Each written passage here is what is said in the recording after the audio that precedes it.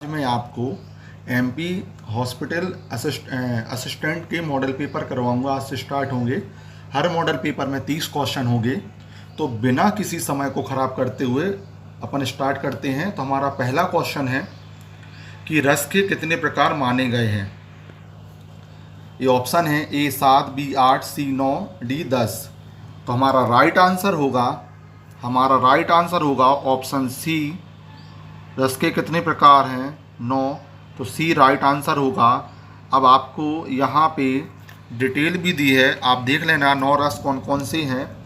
तो 9 रस हैं श्रृंगार, हास्य, करुण, रौद्र, वीर, भयानक, बीभत्स और अद्भुत एंड शांत रस। हमारा अगला क्वेश्चन है कि राम लक्ष्मण परशुराम संवाद के रचयिता कौन है।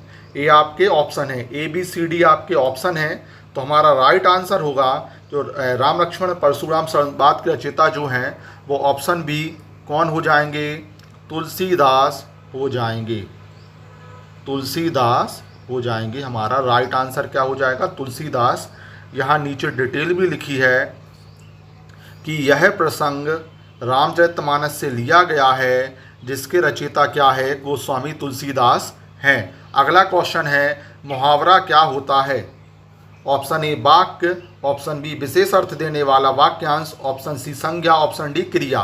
तो हमारा राइट आंसर होगा ऑप्शन बी विशेष अर्थ देने वाला वाक्य।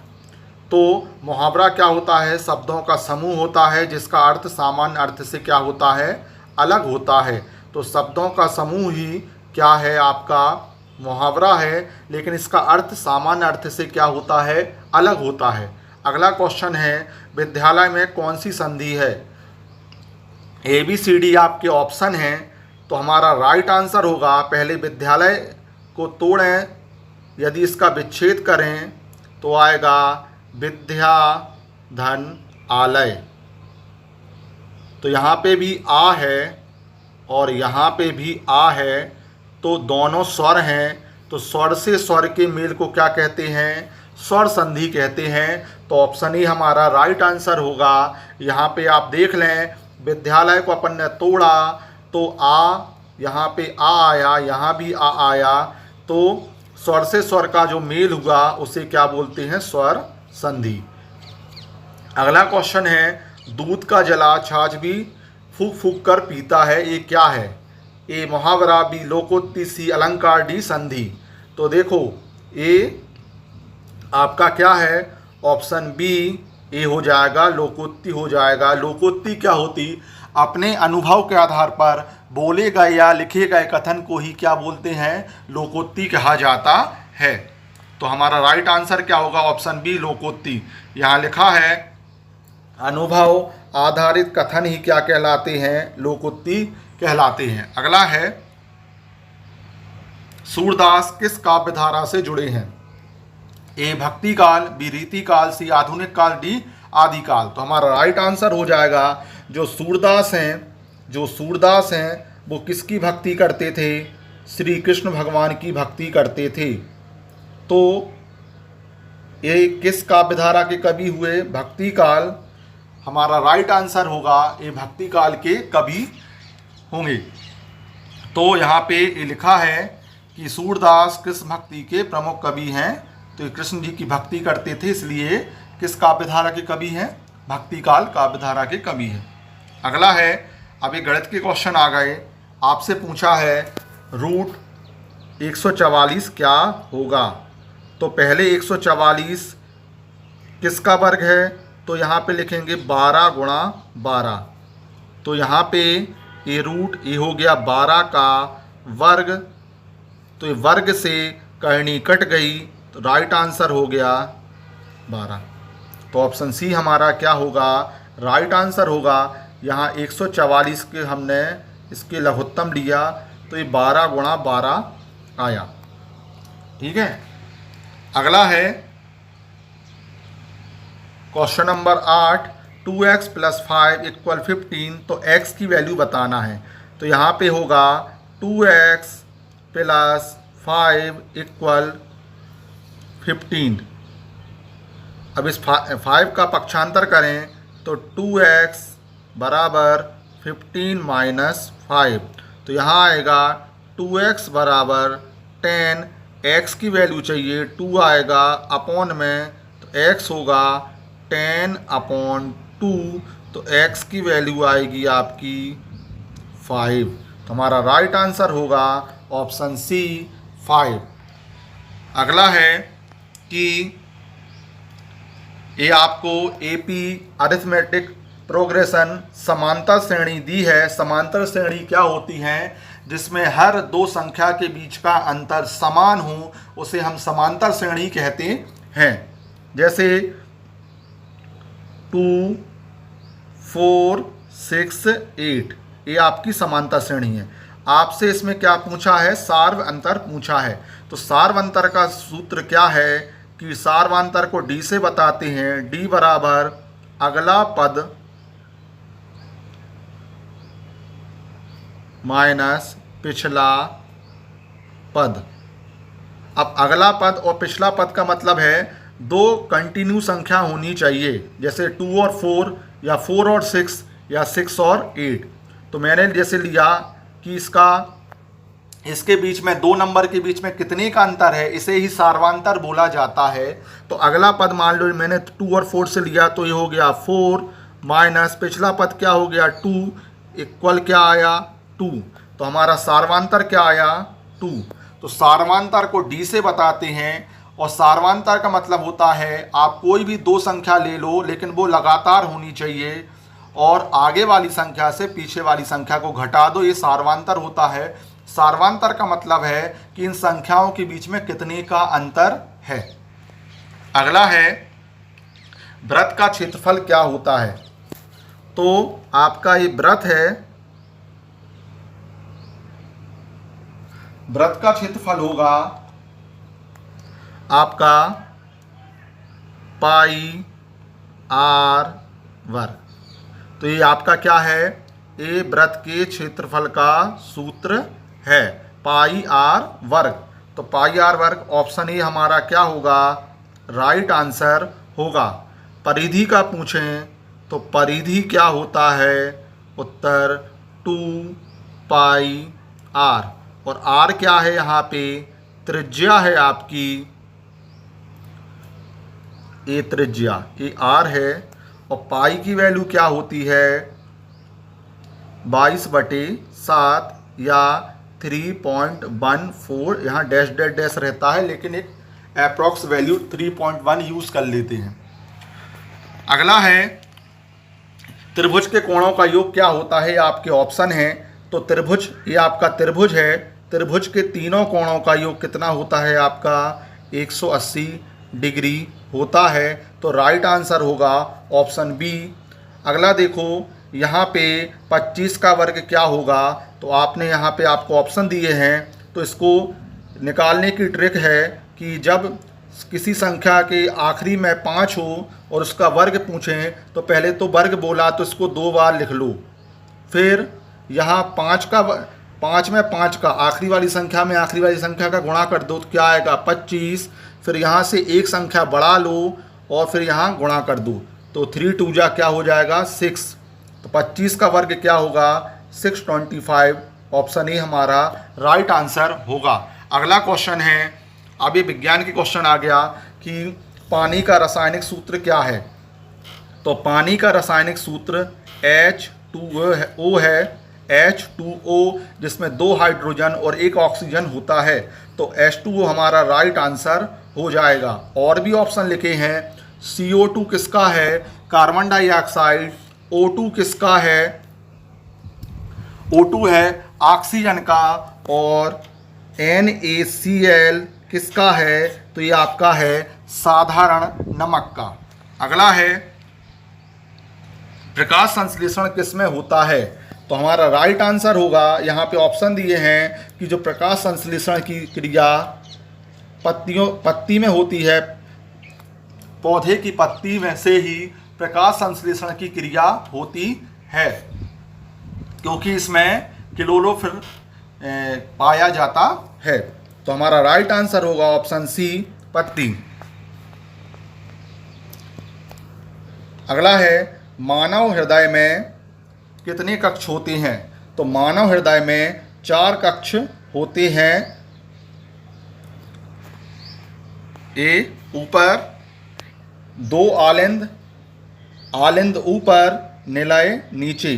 ए आपका बोले तो दायां बायां आलिंद और दायां बायां निलय, आप ऐसे याद कर लेना, ठीक है। तो मानव हृदय में कितने कक्ष होते हैं? तो हमारा राइट आंसर है 4 होते हैं। ऑप्शन सी हमारा राइट आंसर होगा। अगला है विद्युत धारा की इकाई क्या है? विद्युत धारा को किस में नापा जाता है? तो विद्युत धारा को ऑप्शन बी एम्पियर में नापा जाता है। विद्युत धारा की इकाई क्या है आपकी? एम्पियर है। यहाँ पे वॉट किसकी है? शक्ति की। प्रतिरोध का क्या है? ओम। और विभवांतर का क्या है? वोल्ट। अगला है अम्ल का स्वाद क्या होता है? तो अम्ल जो है, यहाँ ऑप्शन दिए हैं, अम्ल कैसे होती हैं? खट्टे होती हैं। अम्ल कैसे होती हैं? खट्टे होती हैं। और क्षार कैसे होती हैं? क्षार आपके क्या होती हैं? कड़वे होते हैं। अम्ल खट्टे होते हैं और क्षार कड़वे होते हैं। अगला है सबसे बड़ी ग्रंथि कौन सी है? तो मानव की सबसे बड़ी ग्रंथि आंतरिक ग्रंथि, यहाँ पे सभी ये आंतरिक हैं, तो यहाँ पे आपकी क्या होगी? यकृत होगी, जिसे क्या बोलते हैं? लीवर बोलते हैं। तो सबसे बड़ी ग्रंथि आंतरिक ग्रंथि क्या है? सभी मानव शरीर के अंदर होती है, तो आंतरिक ग्रंथि क्या है आपकी? यकृत, लीवर। हमारा राइट आंसर होगा ऑप्शन बी। अगला है, अब इस सामाजिक विज्ञान के क्वेश्चन आ गए। यूरोप में राष्ट्रवाद किस विषय का अध्याय है? तो हमारा राइट आंसर होगा, ये आपके 4 ऑप्शन हैं, तो यहाँ पे ये जो विषय है ये किसका है? इतिहास विषय का एक पार्ट है। यूरोप में राष्ट्रवाद किस विषय का अध्याय है? तो इतिहास विषय का ये अध्याय है। राष्ट्रवाद का मतलब है कि यूरोप में कितने राष्ट्र बने। अगला है लोकतंत्र का आधार क्या है? तो लोकतंत्र का आधार ये 4 ऑप्शन हैं, तो हमारा राइट आंसर होगा चुनाव, क्योंकि चुनाव के द्वारा ही जो लोग हैं वो सरकार को चुनते हैं, इसलिए लोकतंत्र का जो आधार है वो चुनाव है। ये लिखा है कि चुनाव के द्वारा ही जनता जो है सरकार को चुनती है। अगला है जल संसाधन किस विषय में आता है? तो ये ऑप्शन है, तो जो संसाधन वर्ड आ जाए, संसाधन वर्ड जब भी आ जाए, ये समझ लेना ये आपके किस में आता है? भूगोल में आता है। तो राइट आंसर ऑप्शन ए भूगोल होगा। अगला है कि वैश्वीकरण किससे संबंधित है? तो वैश्वीकरण इसका मतलब है 2 देशों के बीच में व्यापार को बढ़ावा देना। तो ये आपके 4 ऑप्शन हैं, अर्थशास्त्र, इतिहास, राजनीति, विज्ञान। तो राइट आंसर होगा अर्थशास्त्र। ऑप्शन ई हमारा क्या होगा? राइट आंसर होगा। यहाँ पे लिखा है देशों के बीच व्यापार को बढ़ाना ही क्या कहलाता है? वैश्वीकरण कहलाता है। और ये किससे संबंधित है? अर्थशास्त्र से संबंधित है। अगला है संविधान कब लागू हुआ? तो संविधान जो है 26 जनवरी 1950 को लागू हुआ।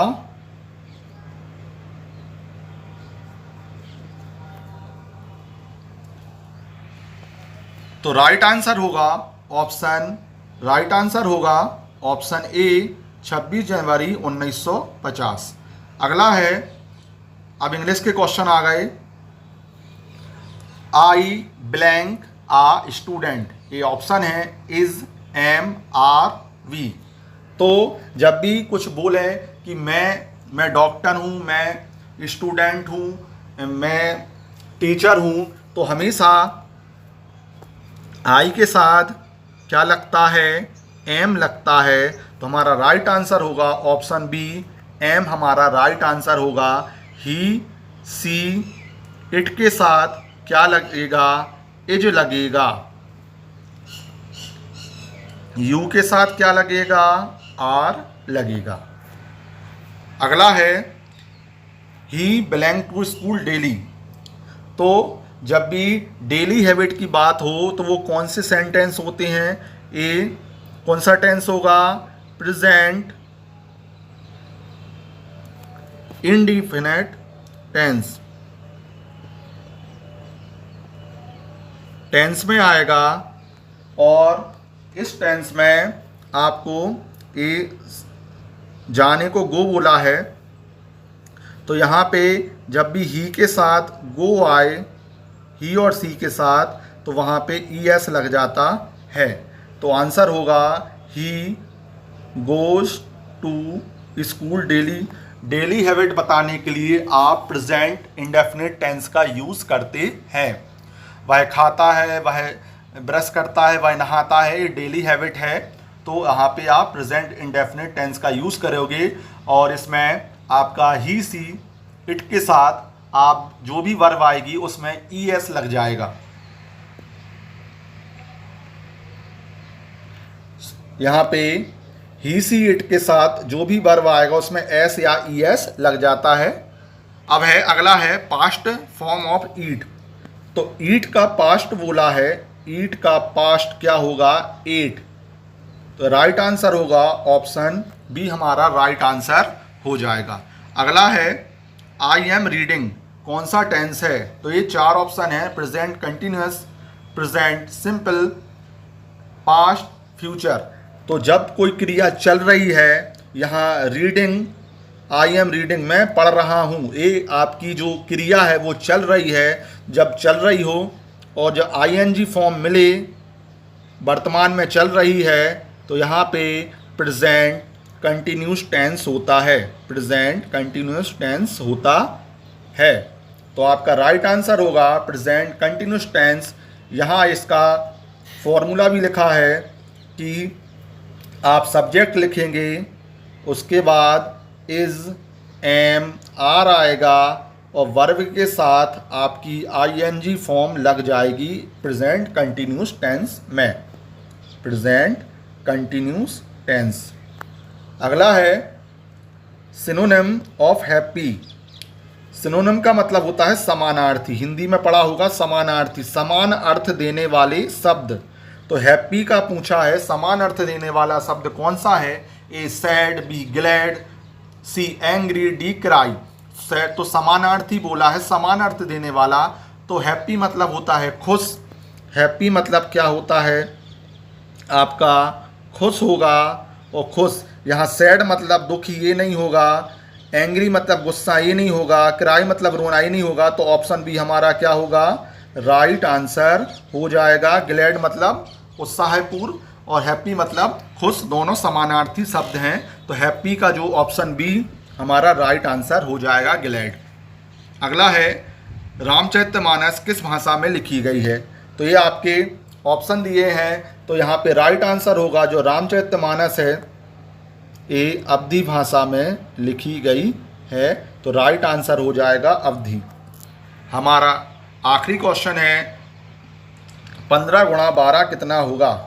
तो 15 गुणा 12 करके देखें तो 12 पंचे 60, हंसलाई 6, 12 पंचे 60, हंसलाई 6, 12 कम 12, 12 6 18। तो कितना आएगा? 180।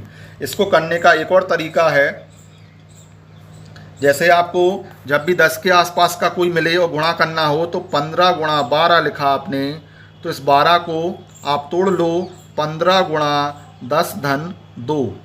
अब अलग अलग गुणा कर दो, 15 धाम 150।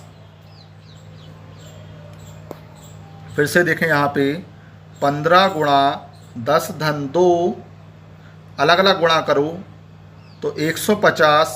पहले 15 का 10 में किया तो 150 धन 15 का 2 में किया, 15 दूनी 30, दोनों को जोड़ दो कितना आएगा? 180। हमारा राइट आंसर होगा 180। ऑप्शन ई हमारा राइट आंसर होगा।